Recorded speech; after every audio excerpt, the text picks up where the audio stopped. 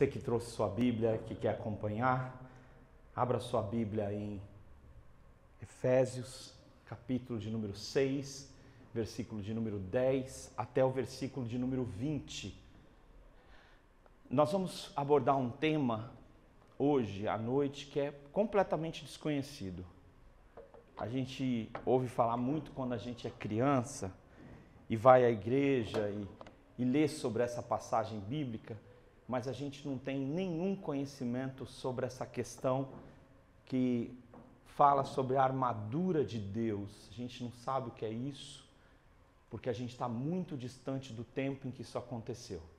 Então, quando a gente lê, a gente tenta, no máximo, lembrar de algum filme que você viu, que pode te ajudar, mas eu quero te dizer que, por mais que você tente se aproximar da história, é muito difícil de entender esse contexto. Mas, pela graça de Deus, lá vamos nós ler a passagem de Efésios, capítulo 6, versículo de número 10 a 20. Quanto ao mais, estou usando a revista atualizada hoje, tá?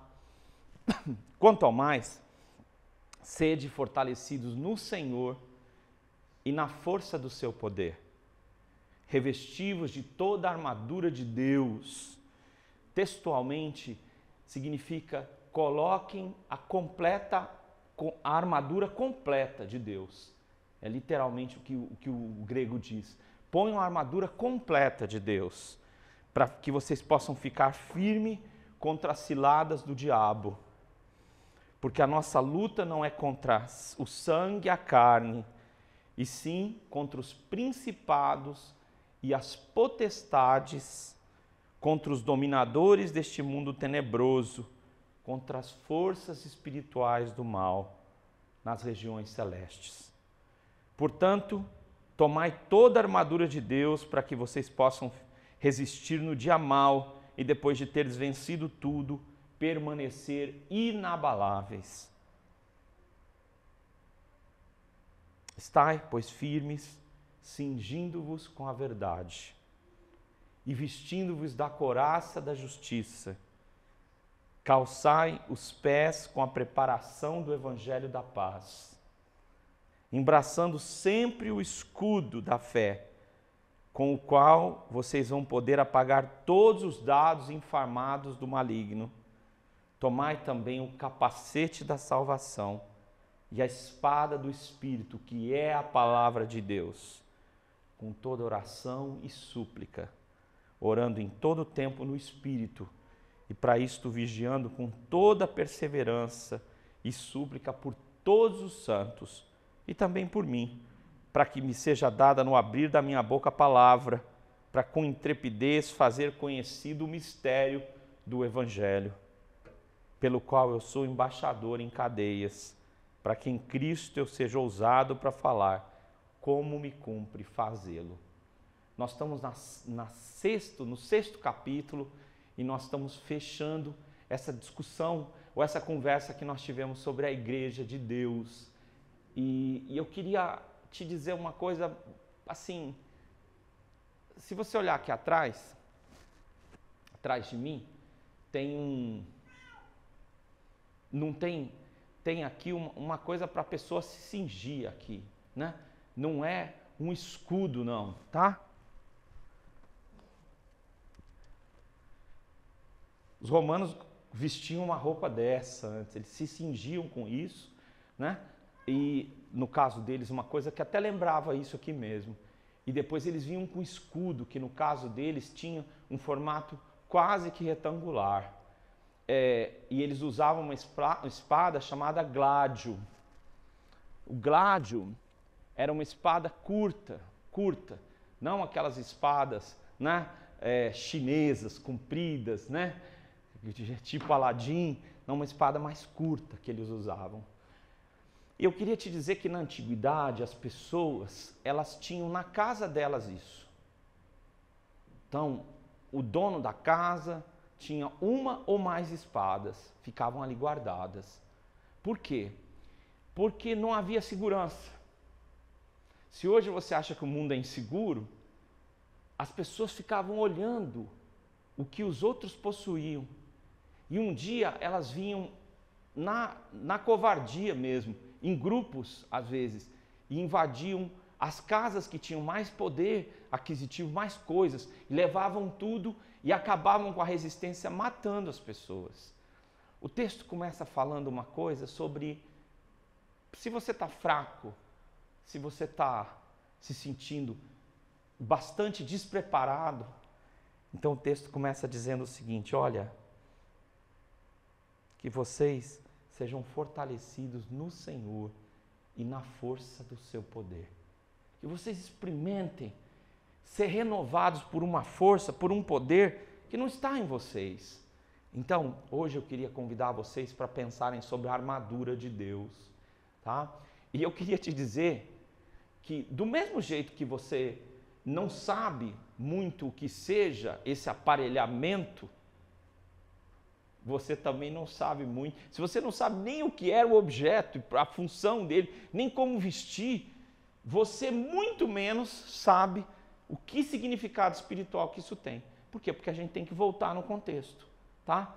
Então a primeira coisa que o texto diz é que nós vamos pensar é sobre a completa armadura de Deus, tá?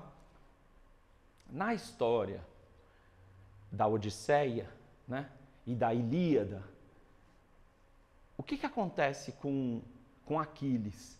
Aquiles, segundo a mitologia grega, ele tinha sido protegido em todo o corpo dele pela deusa, menos no calcanhar. E aí o protetor, né, de Troia, que é, né,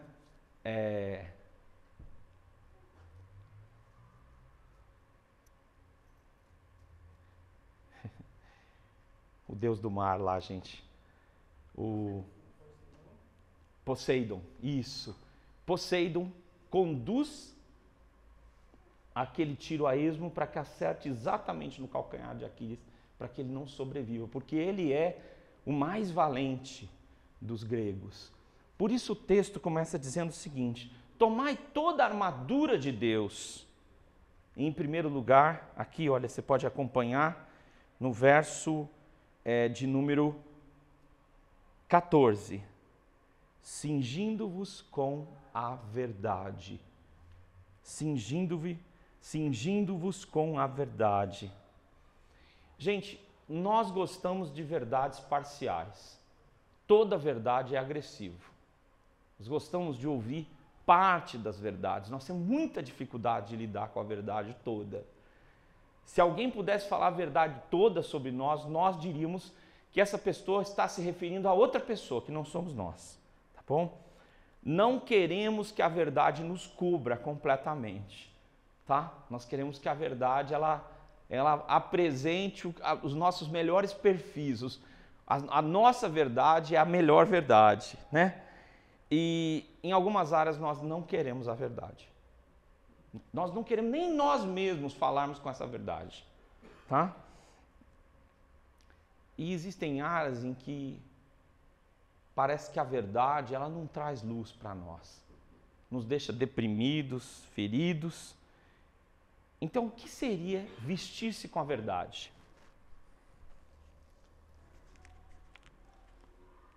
Vou ver se eu acho aqui um jeitinho aqui.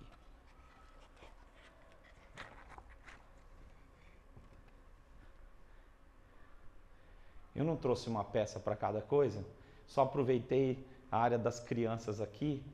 E o que seria vestir-se com a verdade? Para você se vestir de algo, você precisa se desvestir. Quando você vai para uma batalha, não dá para você estar usando a roupa da sua profissão, nem a roupa de festa, que era o que usava antigamente. Tem uma roupa especial nesse caso. Então você precisa despir-se da mentira. Se há coisas que é interessante quando a gente se torna um cristão, parece que a nossa boca, ela se converte, alguns, né? Se converte. Então, ela não fala determinadas verdades. Ela continua mentindo. Então, às vezes, a gente não consegue confessar nossos pecados, a gente consegue ter desculpas. Então, para você se vestir com a verdade, você precisa se despir da mentira, tá? Você precisa se despir de verdades parciais. de abraçar um evangelho daquilo que você gosta e aquela área do evangelho que é mais profunda, que teria que mudar a sua vida, você diz, não, essa aí eu não quero ouvir. Então você tem que largar as verdades parciais, tá? Interessante que a internet, ela tem uma coisa muito... Nossa, isso já tem décadas, gente, décadas, quase desde que a internet começou, que são vídeos que não falam a verdade. E aí tem um fim maravilhoso, as pessoas compartilham para todo mundo, e no final você vai buscar aquela história, ela não é verdadeira, tá? Mas as pessoas, elas ficam tocadas e falam, olha, vou contar essa verdade parcial para outras pessoas sobre mim, vou falar com Deus sobre elas. Eu preciso abraçar o evangelho inteiro. E o que o evangelho vai revelar para mim? A verdade. Vocês vão conhecer a verdade, é a promessa de Jesus, e a verdade vai libertar vocês. Então eu preciso abraçar o evangelho inteiro de Jesus. Não dá para abraçar uma porção do evangelho, sabe? Inclusive o evangelho que é desconfortável, que diz para mim coisas que eu não quero ouvir e que me incomodam, inclusive isso, tá? É a verdade de Deus, não é a verdade do pastor, não é a verdade da sua mãe, da sua avó, não é a verdade da igreja, é a verdade de Deus, porque Deus só trabalha com a verdade, tá? E como é que eu me visto da verdade de Deus? A verdade de Deus, ela é impossível. Quando Deus olha para nós, a gente vê Pedro derrapando do começo do ministério dele até a traição de Jesus. E Jesus deu o nome para ele de Rocha. Pô, se ele era o Rocha, imagina o Areia. Como é que ia ser o Areia? Pois é, mas Jesus olhou para ele e viu através dele que coisas impossíveis iam acontecer. E ele fez isso com você e comigo. Ele olhou para você e o inimigo disse, sai, não vale nada.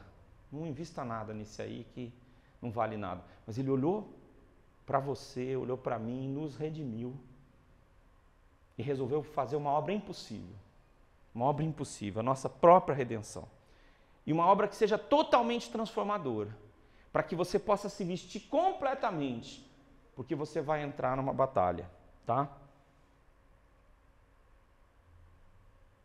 E aí você vai ter que pôr uma outra coisa sobre isso aqui, que é vestivos, cingivos com a verdade, verso de número 14, e se vistam com a couraça da justiça, tá?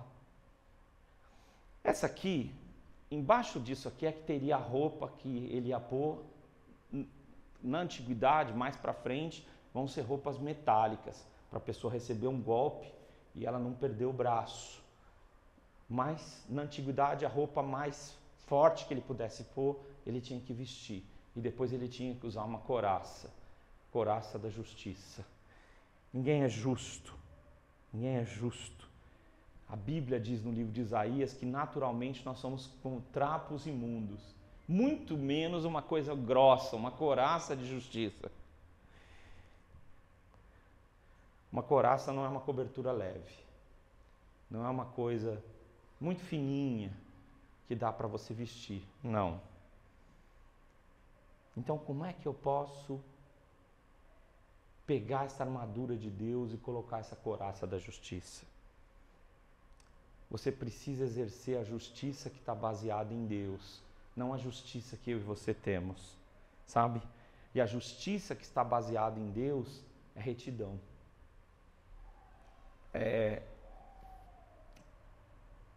Eu fui justificado no Senhor. A Bíblia diz isso. O que significa isso para o romano? Quando ele pagava a sua pena, ele recebia uma carta dizendo que ele tinha sido justificado de todos os seus erros por Roma, e ele agora era um homem totalmente livre, um cidadão romano que usufruiria de todos os benefícios de ser um romano. Isso era a justificação. Então, não existe justiça em nós, nós somos um trapo imundo, mas agora baseado em Deus e por causa de Deus, a nossa vida foi tornada justa por Deus. E justiça é retidão. O livro de Mateus, no capítulo 5, falando das bem-aventuranças, diz o seguinte: bem-aventurados os que têm fome e sede de justiça, porque serão fartos. Você que vai acompanhar essa mensagem na internet, pode imaginar como as pessoas na década de 70 liam esse texto dizendo: isso é justiça social. Então, a igreja ela tem que se envolver com justiça social. Eu quero dizer que a igreja é feita de pessoas, e pessoas precisam se envolver com a justiça de Deus, que é a retidão de Deus em ser e viver. Ter fome e sede de justiça é ter fome e sede de ser parecido com Deus, de andar com Deus, de fazer a vontade dEle. Essa justiça pessoal em que Deus pode transformar a minha vida, pode também acender meu coração para compreender que existem pessoas desfavorecidas e que elas nunca vão ter provavelmente os mesmos recursos que você e a sua família tiveram. E você vai estender o amor de Deus, a pessoa de Deus para essas pessoas. E porque você anda com Deus, você ouve a sua voz. Justiça é se tornar um imitador de Jesus, um seguidor de Jesus. Sabe? Uma obra que reflete quem Jesus é. É isso que o texto diz. Vistam-se, se cinjam da verdade e depois vistam a couraça da justiça. E depois cinjam os pés de vocês com sandálias da preparação do evangelho da paz. Calçai os pés com a preparação do evangelho da paz. As sandálias gregas e romanas e judaicas são muito diferentes das nossas sandálias. Elas eram mais simples. Elas tinham uma amarração. As mulheres entendem tudo de sandálias, né? Mas eu vou tentar explicar aqui. Elas tinham um solado e uma amarração que variava de povo e de cultura, né? As sandálias gregas tinham umas amarrações longas, sabe? As sandálias dos judeus tinham uma amarração mais nos tornozelos. Nem podia ser longa porque ele tinha uma roupa que ia até o chão, né? E as sandálias dos romanos iam um pouco acima do tornozelo só. As sandálias eram essas. Mas que sandálias vocês têm que colocar? Vocês têm que colocar sandálias da preparação do evangelho da paz. Gente, como nós ligamos, quando a gente acessa as notícias via internet, via televisão, via rádio, qualquer meio que você usa, ultimamente parece que você tem que estar preparado para más notícias. Até o lugar onde as notícias boas viriam, elas não vêm. Então a gente sofre o tempo inteiro de más notícias. Você é uma pessoa que foi chamada por Deus para levar as boas novas. Mas se os seus olhos estiverem escuros, negros, tenebrosos, você só vai ver escuridão. Então você nunca vai levar as boas novas. Você foi chamado para levar paz para a casa das pessoas. Isso é o evangelho da paz. Jesus deu uma ordem. Quando vocês forem pregar o evangelho, vocês vão entrar numa casa e vocês vão dizer: paz seja sobre essa casa. Mateus 10 em diante. Se essa casa for digna da paz, a paz vai estar sobre aquela casa, porque vocês disseram que assim deve ser. Vocês caminham e vocês são chamados para trazer boas novas para as pessoas. Famílias dilaceradas, histórias destruídas, gente sem esperança. Você tem que chegar perto dessa pessoa e mostrar um cenário para ela que você não enxergava. Que existe esperança e que existe paz. A gente tem uma crise de paz terrível. A nossa ansiedade é porque a gente não tem paz com o presente e está tentando fazer paz com o futuro, que nós não sabemos qual é. Então nós estamos numa ansiedade porque a gente não tem paz e as pessoas não têm paz. As pessoas estão aflitas, As pessoas estão procurando respostas na balada, procurando respostas em igrejas, em denominações malucas, em denominações caretas, como usaríamos a linguagem antigamente. Elas estão procurando respostas. E o Evangelho é a resposta. O Evangelho da paz. O Evangelho que traz paz para as pessoas. E o Evangelho que traz paz para você. Você tem que vestir essa sandália, tá?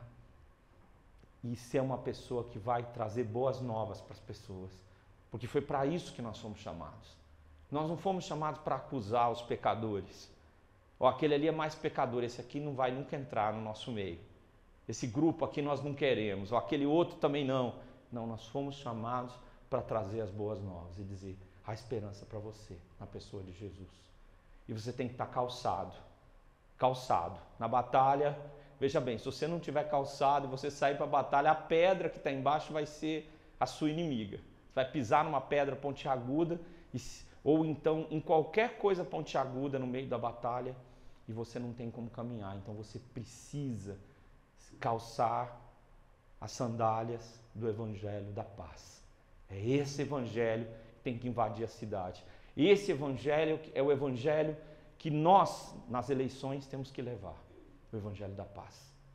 Não é destruindo pessoas, não é massacrando pessoas, não é demonizando pessoas. Nós vamos falar disso depois, que nós vamos encontrar paz. Não é assim, sabe? Calçando os pés com a preparação do Evangelho da paz e embraçando sempre o escudo da fé. Mas o texto continua dizendo, para que vocês possam apagar os dados inflamados do maligno. Então eu queria começar te explicando uma coisa. Você pode ser crente, tá? Mas tem áreas na sua vida que são inflamáveis, tá? E o inimigo, ele não precisa, tem gente que ouve várias teologias ao longo desses anos sobre o quanto o inimigo é capaz de saber os meus pensamentos. Não, o inimigo nem precisa saber seus pensamentos, ele só precisa seguir você por algum tempo. Ele já vai sacar o que é que rola na sua vida e onde é que pega fogo, entendeu? E aí, eu já vi muita gente tentar vencer as tentações, os problemas, os enganos da vida, sendo ensinado a cantar cântico espiritual, sapatear, se jogar no chão. Eu já ouvi todo tipo de coisa que vocês podem imaginar. Coisas insensatas e coisas muito insensatas. A Bíblia diz que você tem que usar um escudo contra as áreas da sua vida que são inflamáveis. E esse escudo é a sua fé.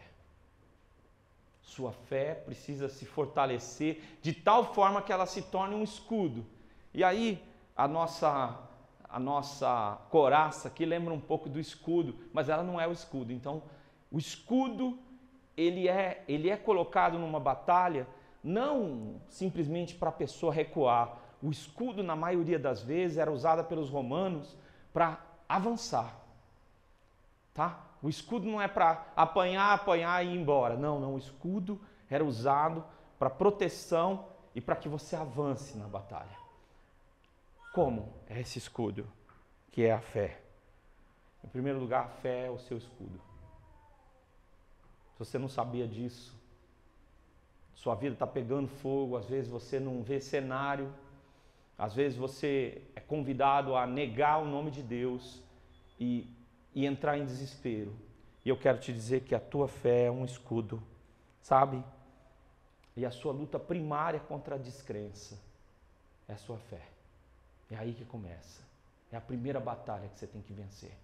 Você não crê, você sucumbiu às notícias ruins, sucessivas, e você não sabe o que fazer, e a sua fé, ela vai enfrentar em primeiro lugar a sua descrença. Tá? A fé é um dom de Deus. Esse escudo veio de Deus, não é seu, por natureza. Você tem que embraçá-lo, mas é o dom de ver o que é impossível. É o dom de levantar de manhã e estar praticamente derrotado. E você se levanta e não sabe o que vai fazer, mas pela fé no Filho de Deus, você diz: Senhor, eu entrego a minha vida ao Senhor, eu não tenho como enfrentar os inimigos, mas eu vou embraçar o escudo. Eu vou colocar o escudo aqui junto do meu peito e eu vou ver o impossível. Por quê? Porque esse dom é a certeza de coisas que se esperam. E ele é a convicção de coisas que você não é capaz de ver, que são impossíveis para as pessoas, mas pela fé Deus vai agir. O que o inimigo vai fazer? Vai ver as áreas onde é que ele sabe que se atirar uma chamazinha vai pegar fogo em tudo. E ele vai atirar fogo ali. E algumas pessoas não progridem na sua fé, na sua vida espiritual, porque a vida delas está pegando fogo. E não está pegando fogo espiritual, não. Está pegando fogo carnal, pegando fogo em tudo em que elas poderiam crescer e elas não conseguem crescer, porque o inimigo não vai parar de atirar onde é inflamável. E o único jeito de enfrentar isso é pela fé. A fé, segundo o texto, ela é capaz de apagar os dados inflamados do inimigo. Mas como é que ela apaga? Existem áreas inflamáveis na sua vida que vão deixar de existir pela fé. Áreas em que você tem sido derrotado, áreas em que você tem sido massacrado, você, crendo em Deus, vai se fortalecer e essas áreas não vão pegar mais fogo. Elas pegaram fogo durante muito tempo, mas agora não vão mais pegar fogo porque você está com o escudo da fé. Versículo de número 17 diz assim: tomai também o capacete da salvação. Gente, hoje a gente sabe de uma coisa. Eu não sei se tem muito motoqueiro hoje aqui, mas se nós somos paulistanos, a gente conhece motoqueiro. Se você está no ônibus, o motoqueiro passa do lado do ônibus, você só não vê no metrô o motoqueiro ainda, né? Mas o motoqueiro está em toda parte, e correndo e tal.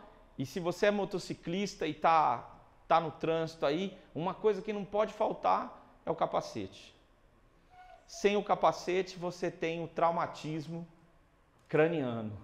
No caso de uma batalha, se a espada bate na cabeça, acabou a batalha. O indivíduo não só acabou a batalha, mas como acabou a vida.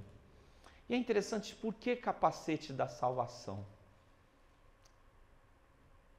A Bíblia, ela tem um papel muito importante para a mente. A salvação na sua mente, na sua razão. Crer é também pensar. Então a gente já falou sobre a fé, mas você precisa apresentar um culto a Deus racional. Você precisa apresentar um culto a Deus, segundo Romanos 12, 1 e 2, que entrou dentro de você, da sua cabeça, que a gente usava uma linguagem realmente, fez a sua cabeça, sabe? Protegeu a sua mente, salvou você. Você não é um cara, não é uma pessoa de cabeça vazia agora, sem propósito. Não, o Evangelho, a salvação mudou a sua maneira de pensar para que você tenha a mente de Cristo. Para que você consiga pensar nas coisas de Deus, como Deus pensa, sabe? E o capacete da salvação serve também para nos livrar da nossa maneira antiga de pensar. Os nossos raciocínios pequenos, uma maneira incrédula, né? Uma maneira de crer no homem. Hoje nós estamos vendo a igreja se mobilizando para dizer, porque nós somos um grupo unido, nós vamos mudar o mundo. Isso não é o Evangelho, isso é humanismo. Então, o Evangelho precisa entrar na sua mente, precisa redimir você, precisa te dar uma capacidade de elevar seu raciocínio, seus pensamentos, para crer em coisas impossíveis. Eu preciso que a minha mente seja salva por Deus também, para entender e pensar nos propósitos de Deus, para eu ser tomado pela vontade de Deus e conseguir entender que vontade é essa. Só que eu queria falar uma coisa para todos nós aqui.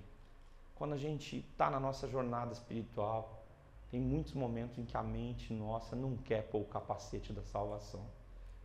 A gente está numa briga, numa luta, para pensar como todos os outros homens que não foram redimidos pensam, para resistir a Deus e não resistir ao inimigo. E a nossa mente está muitas vezes dominada. Muita gente que se chama cristão, expostos a situações de extremo, falam e pensam coisas que negam o próprio Deus. Tomai o capacete da salvação e a espada do Espírito, que é a palavra de Deus. A palavra de Deus, quer a pessoa acredite ou não, ela corta. Ela divide. Divide. Qualquer pessoa que tiver contato com a palavra de Deus fica dividido. Ou ele vai ouvir, ou ele vai desistir. Mas a palavra de Deus é cortante, porque ela é de Deus. E ela expressa o que Deus pensa, manifesta o seu poder. E ela vai discernir até o que penetra tão fundo quando ela corta, que vai manifestar até os propósitos que estão no nosso coração. Tá? A palavra de Deus, ela é uma das coisas mais poderosas que existe sobre a face da terra. E ela nunca pode ser banalizada por você.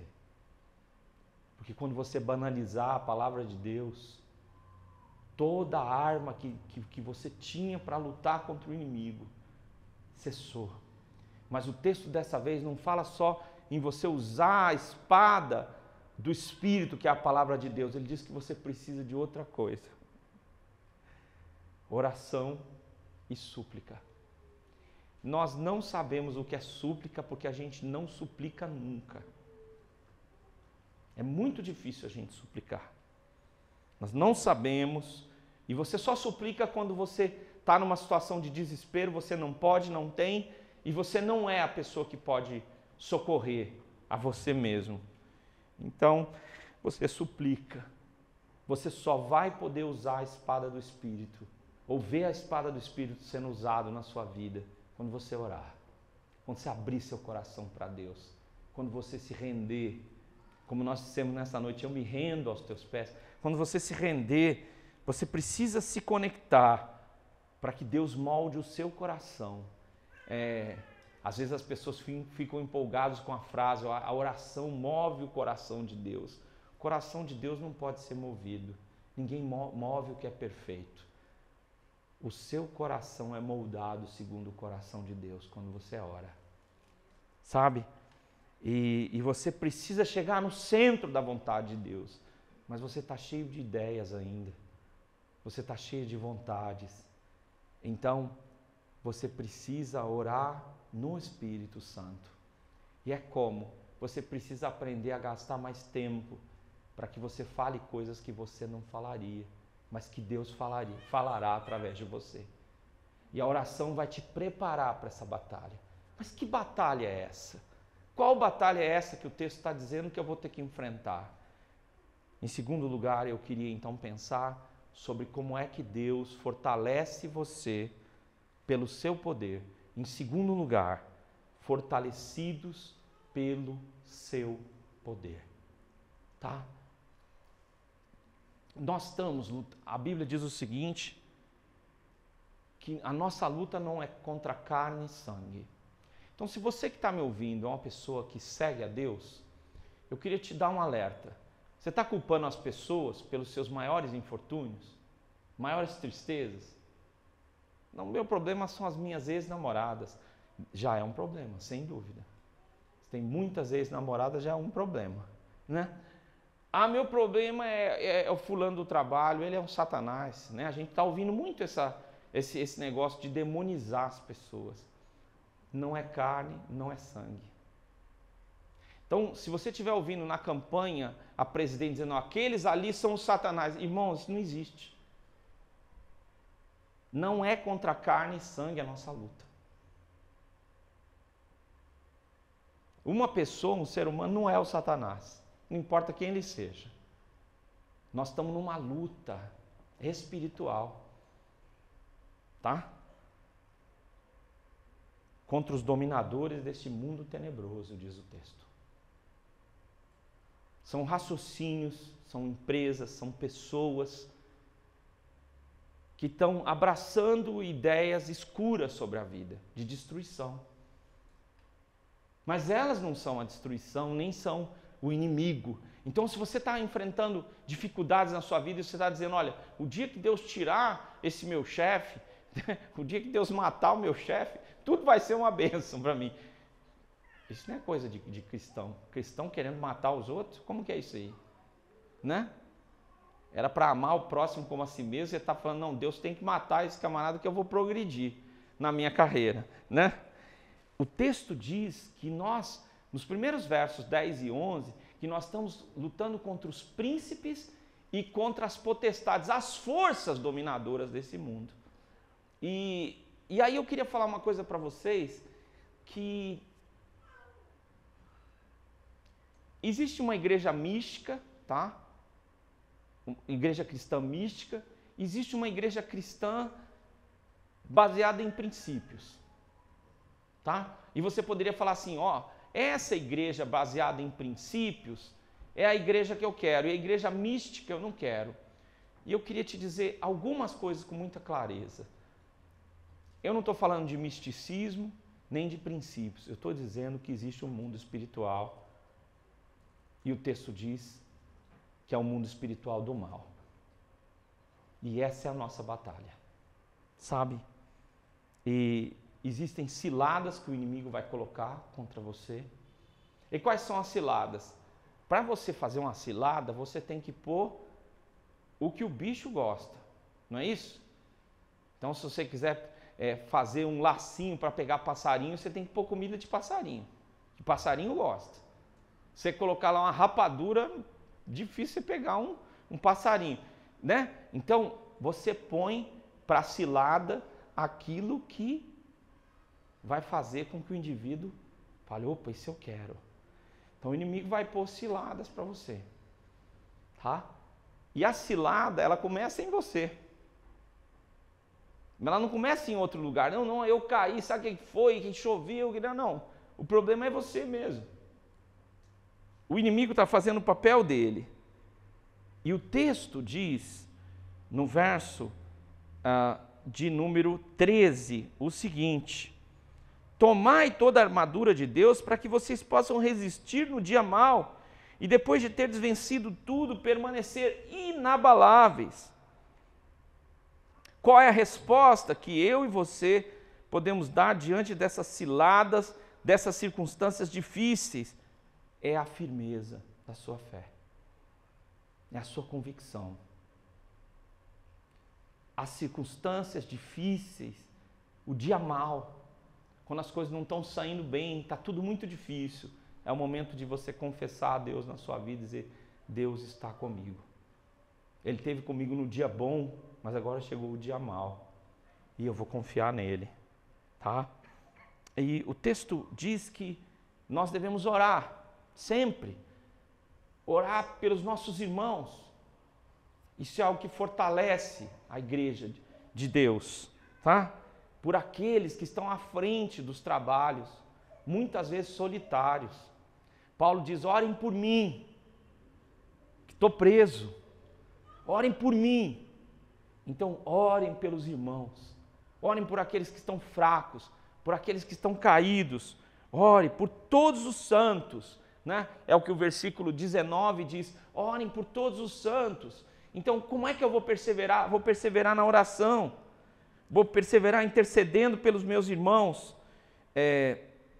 Então, o que é que eu tenho que entender para eu ser fortalecido no poder de Deus?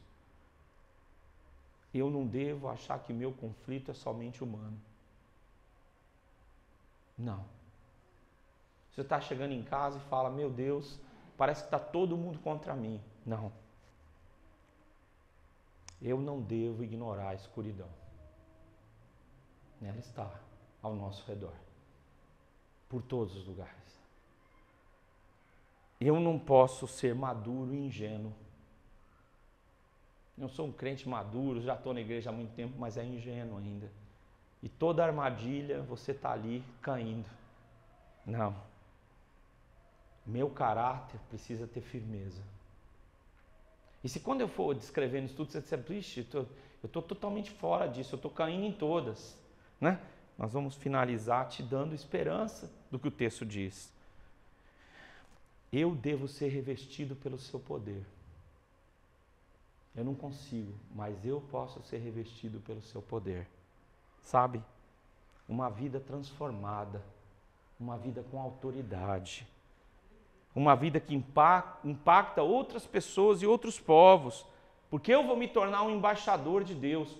Orem por mim, diz o verso de número 19 e 20. Orem por mim, para que me seja dada no abrir da minha boca a palavra, porque eu sou embaixador em cadeias.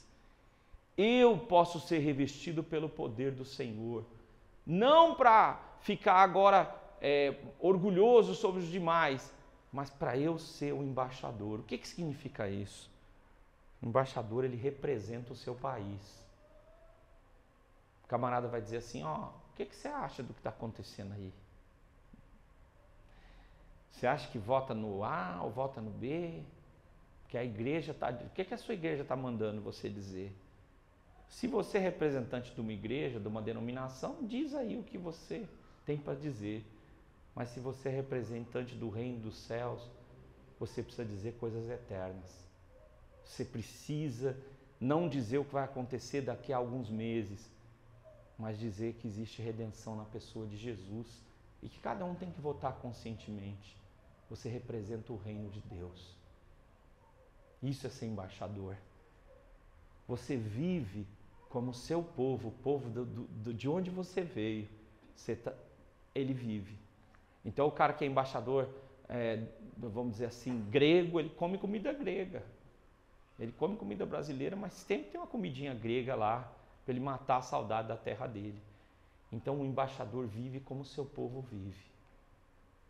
Então, se você quer viver uma batalha espiritual, Deus tem toda a autoridade para conceder a você. Tá? Já contei para vocês, mas quero lembrar essa breve passagem de uma vez que fui para uma reunião, fui convidado para ir numa reunião de oração porque uma menina estava completamente endemoniada. Era tarde da noite, peguei meu carrinho e cheguei lá no lugar.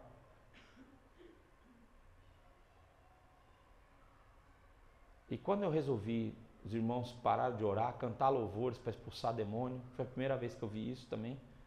Nunca tinha visto a pessoa cantar louvor para expulsar demônio.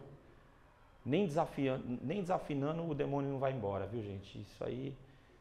E eu vi isso o pessoal fazendo isso tudo, fiquei quieto, porque quando eu cheguei, inocentemente o diabo estava fazendo um monte de elogios sobre quem ia entrar ali naquela casa agora. E elogio do diabo não serve para nada, viu gente? Ele é o pai da mentira, seus anjos são mentirosos, então a gente não deve se fiar nisso. Mas a primeira coisa que aconteceu quando eu disse, em nome de Jesus, sai, foi que aquele demônio olhou para mim, da mesma maneira que eu olhei para ele, ele disse assim, eu não vou sair.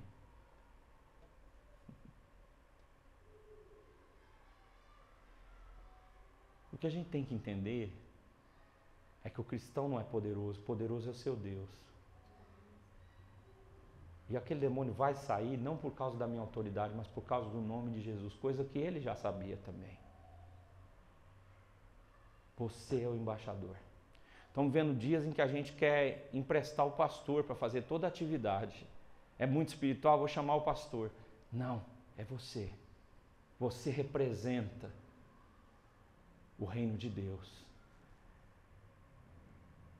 A honra do seu país está sobre você. Se você é uma pessoa que vive uma vida esculachada e você diz que o reino de Deus é assim, as pessoas vão falar, ih, que reino é esse? Prefiro o reino daqui. Mas se a honra do seu país, a honra dos céus está sobre você, você representa o próprio Deus. E você fala pelo reino de Deus. Quando sua boca se abre, você está proferindo transformação, bênção, arrependimento, coisas maravilhosas se elas são verdade. E Deus usa você como seu embaixador. Mas como é que eu vou fazer isso? O texto diz com ousadia. Com ousadia. Então, meu irmão, você pode ser tímido, você pode ser uma pessoa quieta, taciturna, fechada, mal consegue levantar os olhos.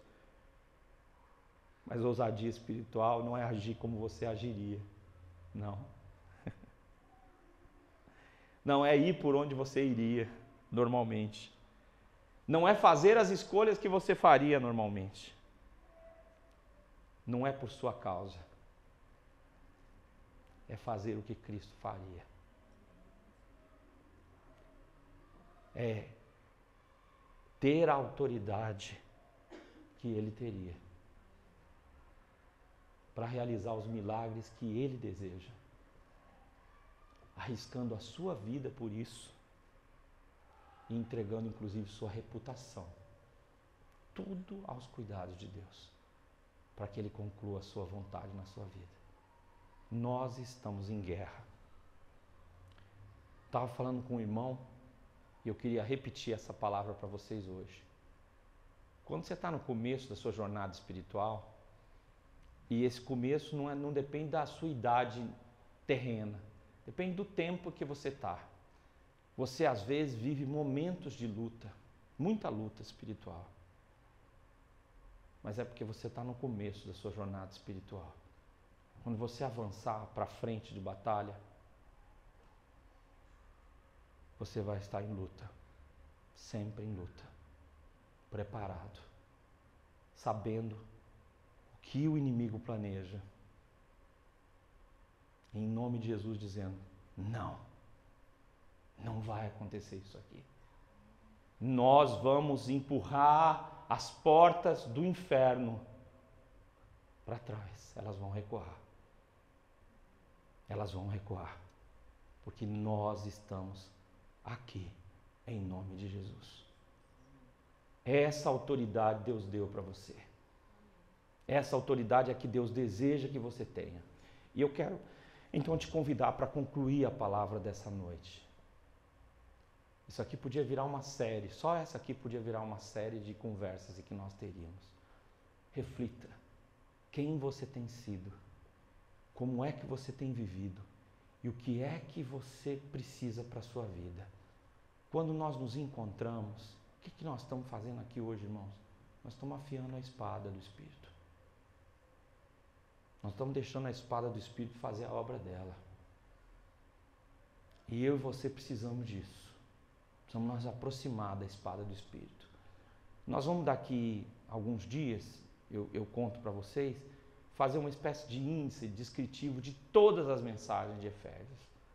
Porque você tem um estudo no livro de Efésios sobre a igreja de Deus. E nós estamos indo para o finalzinho já.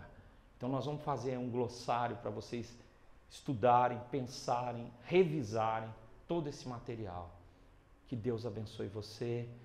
Domingo que vem nós vamos receber membros, vamos tomar a ceia do Senhor e estamos tentando marcar aí um dia, se para vocês é melhor no domingo às 5 horas tomar um cafezinho aqui, café da tarde, ou no sábado. Nós vamos nos reunir todos aqui para tomar um café lá embaixo. O café está garantido. Se você gosta de outras coisas, aí é por sua conta, tá bom? Mas o cafezinho, ninguém vai ficar sem café.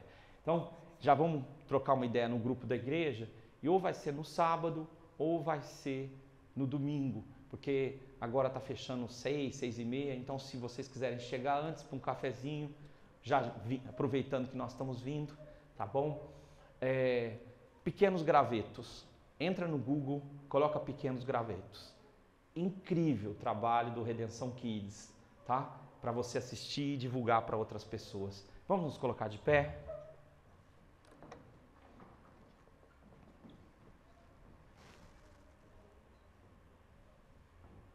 Quero orar por você que está num conflito, numa luta, e que talvez sinta que está perdendo. Por você que está ferido, na batalha, caído, sem forças para continuar. Para você que sente que seu escudo está quebrado, As sandálias estão desgastadas.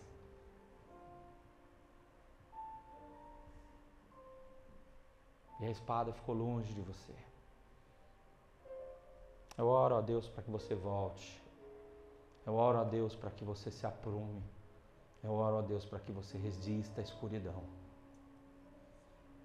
Porque eu e você fomos chamados para ser embaixadores da esperança.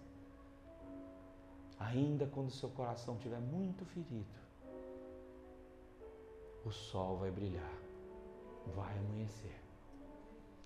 Senhor Deus, nesse momento nós apresentamos nossos irmãos feridos, o Lucas, Fernando, que passa por uma cirurgia essa semana, Pai. E nós apresentamos, Senhor Deus, cada pessoa que hoje à noite está aqui ferido, machucado, com sua espada caída, sem paz no coração, com o escudo da fé quebrado. No nome de Jesus hoje, Pai, que o capacete da salvação venha sobre nós, Pai. Que a nossa mente seja conquistada pela redenção do Senhor. Que o nosso coração seja teu, Pai. Bendito seja o nome do Senhor, Pai. Levanta povo, pessoas que estavam caídas, Senhor Deus, no nosso meio. Toma, tem misericórdia de mim, no abrir da minha boca também, Senhor. Por favor, usa-me, Senhor. Usa-me, Senhor. Usa-nos, Senhor, em nome de Jesus. E agora que a graça de Jesus, o amor de Deus, o Pai, e o poder transformador do Espírito Santo, através da sua espada, mova o coração de vocês a uma vida de louvor, de luta, de perseverança, para o seu louvor, hoje e para todo sempre. Amém.